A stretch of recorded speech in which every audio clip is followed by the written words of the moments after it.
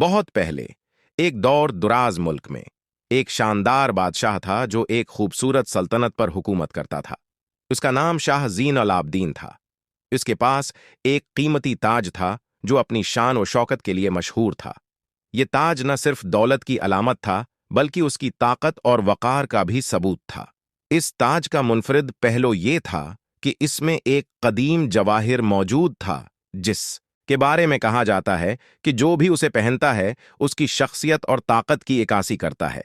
اس جواہر کی کاریگری اور چمک دمک کی کہانیاں افسانوی تھیں، لیکن اس کے پیچھے کا اصل راز صرف بادشاہ اور اس کے قابل اعتماد مشیر کو معلوم تھا۔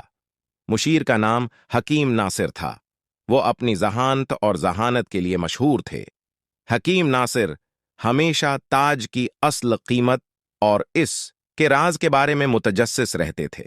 اس نے کئی بار بادشاہ سے اس بارے میں پوچھا، لیکن بادشاہ نے ہمیشہ اس کے سوالوں کو ٹال دیا۔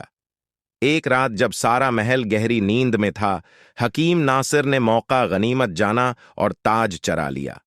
وہ اسے احتیاط سے اپنے گھر لے گیا اور اس کا مکمل جائزہ لینے لگا۔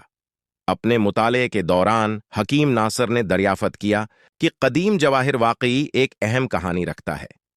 یہ جواہر ایک ماہر جیولر نے تیار کیا تھا جو اسے اپنا سب سے بڑا کام سمجھتا تھا۔ اس جوہر میں ایک خاص توانائی تھی جو اس کے مالک کی شخصیت کو نکھارتی تھی۔ جب شاہ زین العابدین کو چوری کا علم ہوا تو وہ غصے میں آ گئے اور فوراً عدالت کا اجلاس بلایا۔